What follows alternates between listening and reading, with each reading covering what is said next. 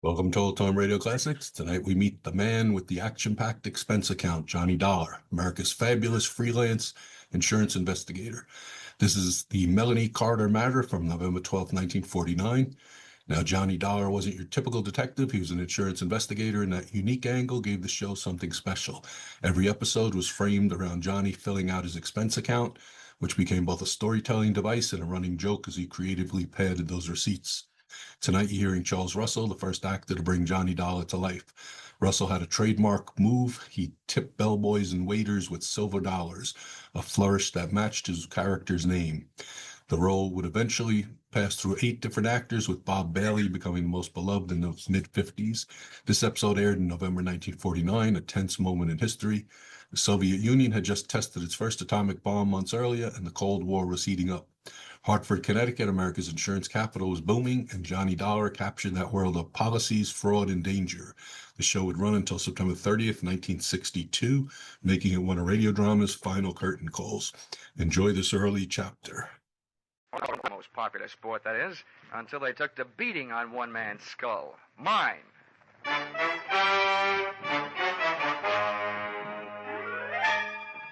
This is another in the adventures of America's fabulous freelance insurance investigator, Johnny Dollar. At insurance investigation, Johnny Dollar is only an expert.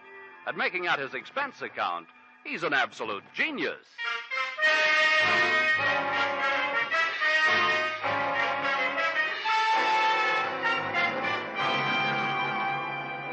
Expense account submitted by Special Investigator Johnny Dollar to Miss Melanie Carter, Pinckney Street, Beacon Hill, Boston.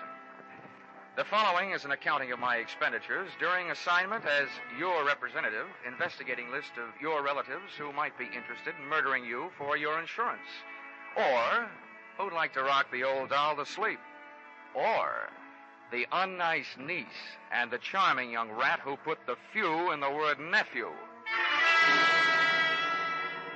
Expense account item 1, $5.98, airfare, Hartford to Boston.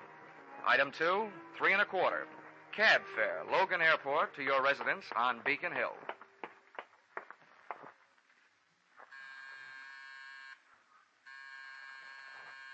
Who is it? This is Mr. Dollar, the insurance man from Hartford. Good, good. Just a minute. Come in. Come in. An electric latch unlocked the door of your flat, and I stepped through, straight out of this century into the last. It was another world, the remnants of which you see today in antique shops, including those Chinese wind chimes that tinkled over by the window. And you, its tiny and aged queen, sat across the 19th century room in your modern throne, that chromium and black leather wheelchair. Come in. Come in, Mr. Dollar. Oh, Oh, what's the matter, ma'am? oh, nothing, nothing. You just remind me of someone I once knew, that's all. He was so... Come, sit down over here. Thank you, Miss Carter. I take it you are Miss Carter. Oh, yes, yes, indeed. You probably expected a younger woman. Maybe, but certainly not one any more attractive. Oh. You hold on to that gallantry of yours, young man. It's very difficult to find these days. And a very precious treasure to women. Miss Carter, since you seem to know my name, I guess there's not much use in my telling you that I'm the investigator recommended by your insurance company, Royal Life. Oh, yes, they sent me a telegram saying you would be here. No telephone? No telephone. You see, Mr. Dollar, I was once a very happy young lady. Yesterday was very good to me. Today and tomorrow, who knows? And why take chances? What little life I have left, I want to enjoy. That is why I've sent for you. You mean somebody told you I was an early American insurance investigator? No, my dear. It's just that experience is such a good teacher. Mr. Dollar, many years ago, my husband was murdered for his insurance money by his very own brother. Would you hand me my smelling salts, please? Yes, certainly. Here you are. Well, fate was very quick in passing judgment on the case, because the brother was killed by a runaway horse as he was leaving the scene of his terrible crime. I not only received my half of the insurance money, but also the half that would someday have gone to him. Oh, and now you feel that your life may be in danger for the same reason. Oh, well, whether my life is actually in danger is not the most important thing. It is my mind that is in danger. The beneficiaries to all of my insurance, and as the company may have told you, it is a lot of insurance, are my niece and my nephew, the children of that murderer. You see, I adopted them after their father's death. Oh, bad blood is bad blood, Mr. Dollar. And I want you to make sure that I am not engulfed by it. So, with the 2 names and addresses you gave me, written in your precise copperplate handwriting, I set out to give the once-over lightly to the 2 people you were afraid might someday give you a once-over not so lightly. Move number 1. A quick trip up the financial pathways worn bare by credit bureaus, income tax investigators, and other types of snoops. I learned that thanks to your generosity, both your niece and your nephew had just enough to live graciously on, and thanks to your frugality, no more. Move number 2. A quick trip to Cambridge, the address of your nephew, Chalmers Carter. A stylish fire trap near Harvard Square. A maid let me in and summoned her mistress. Her entrance was announced by the jangling of a stack of bracelets and bangles running up her arm. So sorry to keep you waiting, darling. What was it you wanted? How do you do? Mrs. Carter? Oh, yes. Yes, I'm Crystal Carter. Of course. Oh, I say, that's a beautiful suit you're wearing. It's not Boston, I can tell. No, New York. $185. Right off the racks. Mrs. Carter, the maid tells me your husband isn't at home. Oh, I know.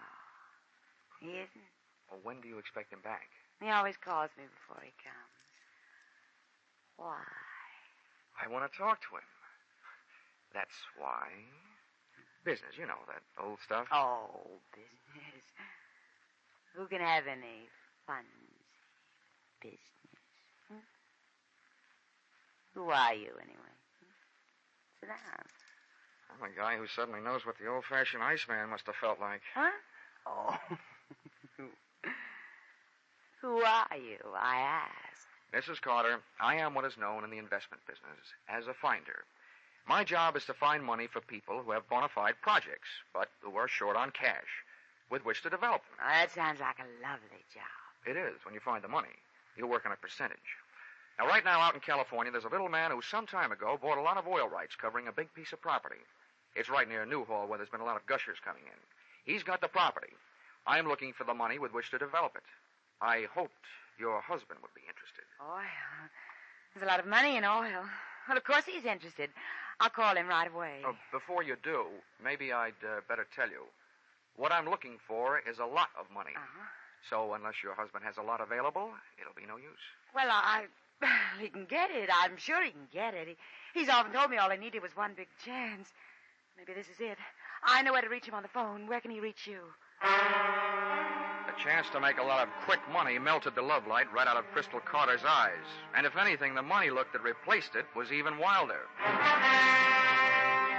She moved fast. By the time I got back to my hotel, there was a message there telling me where I could find her husband, Chalmers. And her directions took me back into a taxi, back across the Charles River, and move number 3 to the Bayshore Trotting Club, a fancy little track where millionaires who like the smell of stables see how fast they can make horses trot. Chalmers Carter was up there among the rest, in spirit if not in prosperity, sitting in the low flat grandstand watching the afternoon workouts, knowingly holding a stopwatch in his hand and keeping one eye on a blaze-faced filly who was kicking up the dust in the racing oval, and one ear on me. And as you may or may not know, Mr. Carter, the best thing about an oil investment, the first 27% of your income from it is tax-free. What? Say that again. That's right. The first 27%, tax-free. Dollar, just how much money do you need? About 120,000 should do it. Uh-huh. 120,000, huh?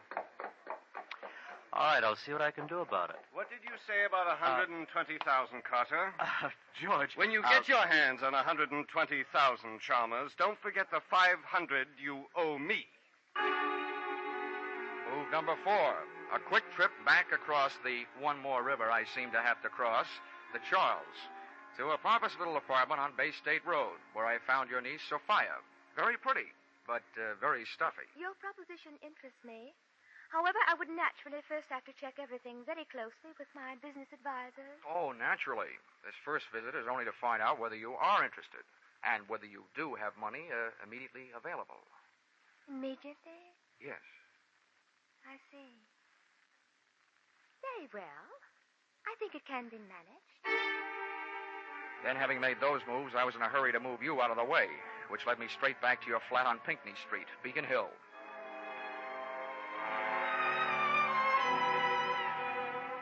And there, once again, I bumped into what I've learned to expect in my racket, the unexpected. Your apartment door was slightly open. Your wheelchair was empty. And from outside, I saw you across the room, standing there, talking into something that earlier in the day you had very deliberately told me you didn't have. A telephone. Oh, Joseph, I'm so glad I was able to reach you. Now listen, I have another little job for you to do. I want you to come right over. Both of you. You need Rocky, huh? You know where it is? No, this time it's somebody I have to get rid of. I took up a plant in the antique store across the street and waited for your visitors. They were charming. Just the sort of folks you'd expect to see on Beacon Hill, dropping in for a spot of afternoon tea. They were the kind of guys who never wear wristwatches, handcuffs being rough on watch crystals. I gave them a short lead upstairs, then pussyfooted up behind them. Oh, one of these days my right eye is going to wind up shaped like a keyhole, with my left ear shaped like a cauliflower from pressing against door panels. It's so nice having you young fellows around to depend on. Sit down. You want some nice tea and cake? No, thanks, dear. We just had some pizza and beer. Yeah, Joe and me just had some pizza and beer. What's on your mind, Grandma? Yeah, what's on your mind, Grandma? Well, boys, you know how worried I've been Yeah. about that family of mine. Well, things are even worse now. Hey, what's up? Yeah, what's up? Well, I want you to understand that it wasn't that I didn't have complete faith in your ability to protect me. Sure. But I finally turned to my insurance company, hoping to save a few dollars. Yeah. They sent a scoundrel named Dollar from Hartford to protect me, mind you. And do you know what he did? No, what'd he do? No, what did he do? Well, just to make sure this Dollar fellow, I called a private detective and had him followed when he left here. Yeah, good. And that detective told me that Dollar went to Sophia and my nephew Chalmers and is trying to entice them to kill me for my insurance money so they can buy some phony oil stock he's trying to sell them. That guy sounds like a big operator. Yeah, that guy sounds like a big operator. Well, whatever he is, I want that young man out of the way. Grandma, dear, you don't really mean out of the way. That's exactly what I mean. Joseph, I see something I don't like very much. What is it? Some shadows moving around under the edge of the front door. Well, what are we waiting for? Yeah. Come here, you! I wasn't a match for one of those guys, let alone two. And Rocky, Big Sir Echo, not only repeated everything Joe said, he repeated everything Joe did. Take this! Yeah, take This! That's good. That's very good. Now, that's him. That's Dollar. You hold him. Don't let him get away. Mr. Dollar, unless you're in a big hurry to get measured for a cement suit, don't start no funny business. Don't worry. I feel about as funny as a funeral. My own. Well, I hope you've learned your lesson. Although, don't you think for a minute it's all over. This'll teach you honesty is the best policy, and cheaters never prosper. Hey, take it easy, Grandma, dear. This boy will not ever bother you again. Come on, Buster. Yeah. Come on, Buster. Yeah. Go on, Buster.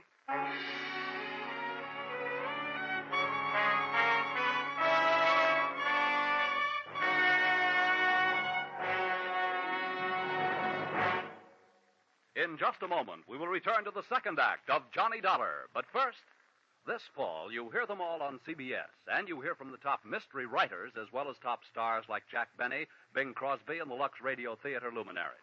One such master of mystery, Raymond Chandler, and his world-famous private eye, Philip Marlowe, will be heard from later tonight on most of these same CBS stations. Be sure to hear this latest, hard-bitten, wisecracking adventure of Philip Marlowe later tonight, won't you? Tune in this fall for the shows that you love best of all. Listen carefully, here's the address. It's CBS. Now, with our star, Charles Russell, we return to the second act of Yours Truly, Johnny Dollar.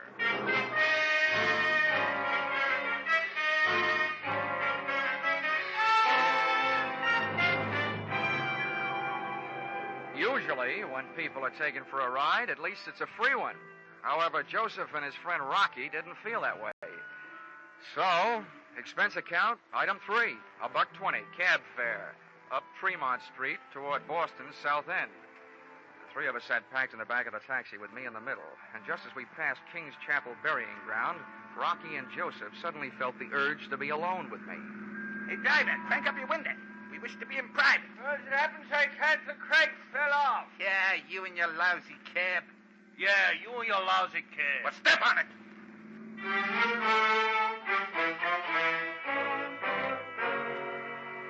There were also things to step on in Joe's lousy hotel.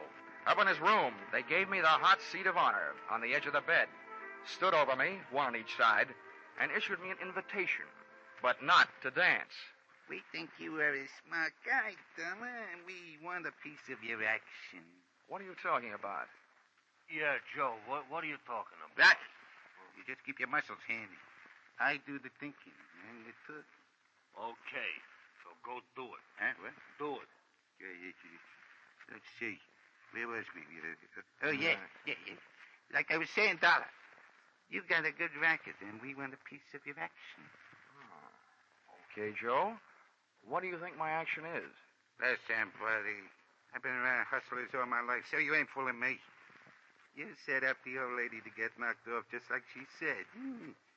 In the meantime, you get all the people who will collect their insurance nice and ready to sell them some no-good oil stock. Your hands are clean, except for a bush league swindle. The most you could get out of that is from 3 to 5 years, and that's the only chance you're taking. Joe, you're a genius. Well, let me ask you one thing, though. Why should I go to all that trouble? Why shouldn't I just sell my hot oil stock to the old lady in the first place and save all that extra trouble? That's where guys like you are smarter than guys like me. You got your reasons. You ain't kidding nobody.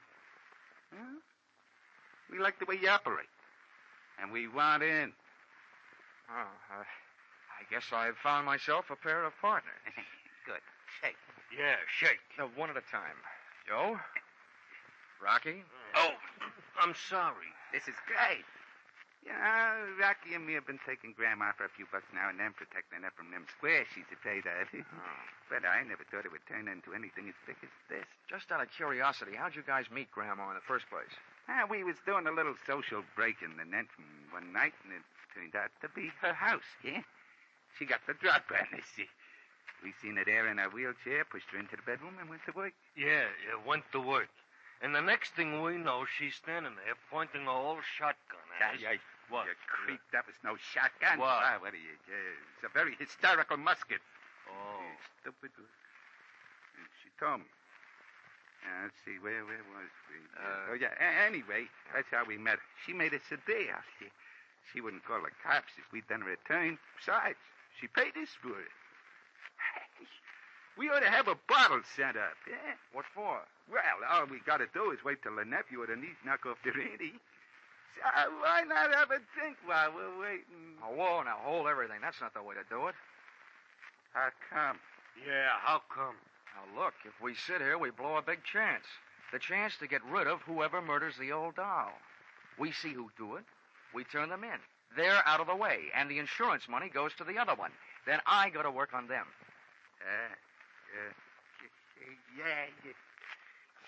You see what I mean, Rocky? That's why guys like him has got more brains than guys like me. Yeah, more brains than guys like me, too.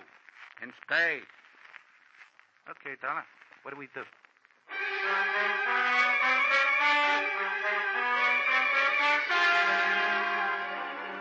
I was in a bad spot, but I'd put you, Auntie Carter, in a worse one, hoping to attract any bad apples that might be hanging on your family tree. Then all of a sudden you decided I was a worm and eliminated me as your number one protector. Among your spoiled family fruit, there was nephew Chalmers, fishy-eyed and money-hungry, his wife Crystal, who was no killer to look at, but who could be sure of her with a gun in her hand. Then there was Sophia. She was stuffy, but strangely reminded me of a precocious young lady who strangled her mother so that she might wear her evening gown to her high school senior prom. So, when Joseph, expert in giving a fellow's eye a coat of many colors, asked me, what do we do now, I honestly didn't know. The best answer I could come up with was get back to where we could keep an eye on your address on Pinckney Street. But when we got there, Pinckney Street was blocked off by blue uniforms, and reinforcements were still arriving. Hey, what's going on? Yeah, what's going on? Well, you gotta be sure of one thing. This ain't the policeman's ball. Look, how well are you guys known to the Boston police? Some of their best quiz masters have failed to make us talk. Yeah, they failed to make us talk. Okay, you better let me go ahead. Not too far ahead. Don't worry. Hey, look, Joseph, the cops are coming down out of her house. Oh. What do you mean now? Looks like the job is all done. Yeah, I'd better get up the hill and find out for sure. Don't forget, partner, we're watching. Don't worry. Keep moving, folks, will you? Just keep moving, mister. Hey, officer. Officer. Yeah. I'm Dollar of the Boston Globe. What's going on? Am I going to make the front page? Yeah, you might. Well, what's it all about? Some dame, a friend of the commissioner's, called for protection. Oh, I thought it was a murder. It is. By the time we get here, the dame up there is colder than Sunday morning beans. How do you like that? Hey, Dollar, when you're writing this story, my name is Fred Mosher. Huh? Oh, yeah, Fred Mosher. Yeah, I used to play basketball for the Boys Club of Boston. When you're writing this story, put my name in, will you? The wife will get a kick out of it. Well, I got to get back to headquarters. Headquarters? Hey, officer. Fred. Yeah? Come here. Listen, I'll see that you get your name in the paper if you do me a favor. Oh. Act like you're arresting me, will you? A couple of friends of mine are just down the street. I want to pull a gag on them. Sure. With or without handcuffs. Anyway, just grab me by the elbow and throw me in that squad car.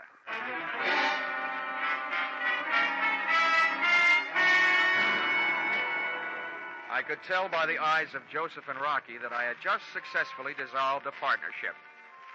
At the corner of Arlington and Boylston, I swapped the patrol car for a cab. And, what do you know? I headed back across the Charles River to Cambridge.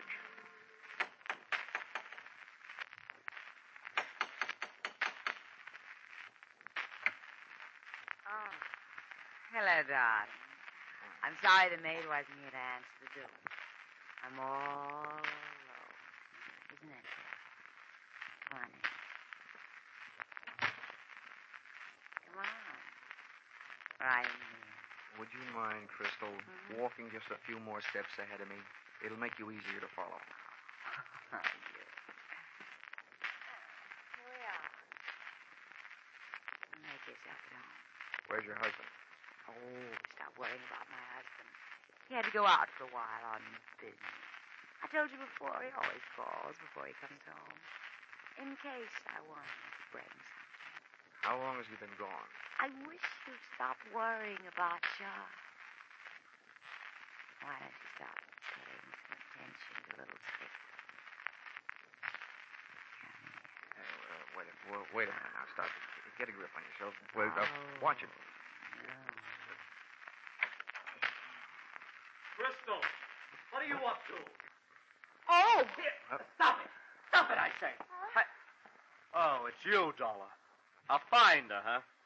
Just what are you trying to find? Now, wait a minute, Carter. Oh, Chalmers, thank heavens you got here. He forced his way in. He's from New York. I am not. I'm from Hartford. It's only my suit that's from New York. Why, you despicable cad. I've a good notion to thrash you to within an inch of your life. I was certainly in no position to ask any questions around there, so I hit him a shot in the whiskers and left. And where do you think I went? Back across the Charles River to Bay State Road and niece Sophia's pompous little apartment. Nobody answered, so I broke rule number 3 in the book of how not to get your head split open when nobody answers the door. Picked the burglar's friend type lock and went in. I thought at first I'd set off a new, polite kind of burglar alarm, but it was only a grandfather clock tolling out 10 p.m. as the moonlight boffed me smack in the kisser. First thing I saw out the window was my friend the Charles River, over which I'd made more crosses than the X-Man in a tic-tac-toe tournament. My tongue was as dry as that was wet. The second thing I saw, thanks to my fountain pen-type flashlight, was an open drawer in a kidney-shaped desk. Sophia Carter was no housekeeper. The white paper lining inside it was dusty, except for the portion that held the vacant outline of a Junior Miss-sized revolver. Then the lights went on. Well, Mr. Dollar, you'll be the death of me yet. Auntie, what are you doing alive? Oh, you're surprised. You hoped I'd be dead, didn't you? Well, I'm not. I'm not, you see? Yeah, I sure do see. But you'll be dead if I pull this trigger. Honey, when I don't walk in on a man with a gun in his hand, it's a matter of courage. When I don't throw a flying tackle on a girl with a gun in her hand, it's a matter of etiquette. And when I don't get rough with an old lady holding a gun in her hand, it's a matter of knowing that your age, your reflexes are gone. You can be talk out of things. With me holding your gun hand straight up overhead, I hope nobody's at home upstairs. Here, give me that. Let me go. Let me go. Don't you kill me. Everybody's trying to kill me. Sophia was when she came to my flat this afternoon. Oh, which must mean that Sophia is the body in your flat tonight. The body I thought was yours. I know she was. She's been threatening to kill me for years. Now, what's that you've got in your other hand? No, you can't. Here, give it to me now. No, you can't. Come on. No. What I ripped out of her hand was a very old note written on very old paper. Give me that. And reading it, what with the clawing, scratching 82-year-old woman tucked under one arm, it read like a voice from out of the past. That is mine. The voice of that 82-year-old woman's long-dead husband, Caleb Carter. To my beloved niece, Sophia, in these last remaining moments of consciousness, I tell you this. My wife, Melanie, has made repeated attempts upon my life. This time, I'm afraid she has succeeded. Also, crushing the life from your father, my brother, beneath the wheels of her carriage as he rushed to my rescue. Well, I guess this means that Sophia had this letter and has been holding it over your head for years. Yes. She's been blackmailing me. Blackmailing me. Melanie, it was your conscience that first called me into this case to protect you from your relatives. It was your conscience that hired that private detective to protect you from me. And it was your conscience that got you mixed up with Joe and Rocky to protect you from the detective and me. Then again, it was that same old conscience that called in the police to protect you from your gangster friends. Now, there's only one more thing, I hope. What's that? That same conscience will prevent you from making an undignified surrender. My arm. Thank you, young man. Your arm.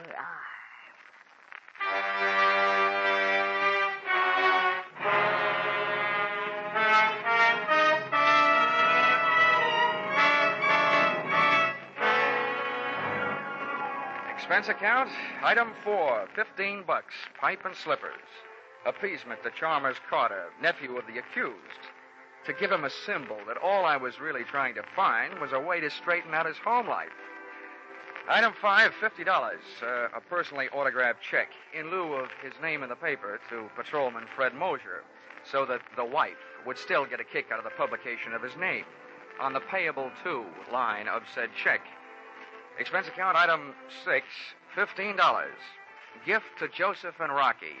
One roll of tickets on the River Queen sightseeing boat, which gives daily round-trip tours of the Charles River. Maybe they'll do me a favor and fall in. Item 7, $5.98. Airfare, Boston to Hartford. Expense account total? What's the use? Where you are now, Aunt Melanie Carter, you're never going to be in a position to pay. I won't even bother to sign it. Yours, truly, Johnny Dollar.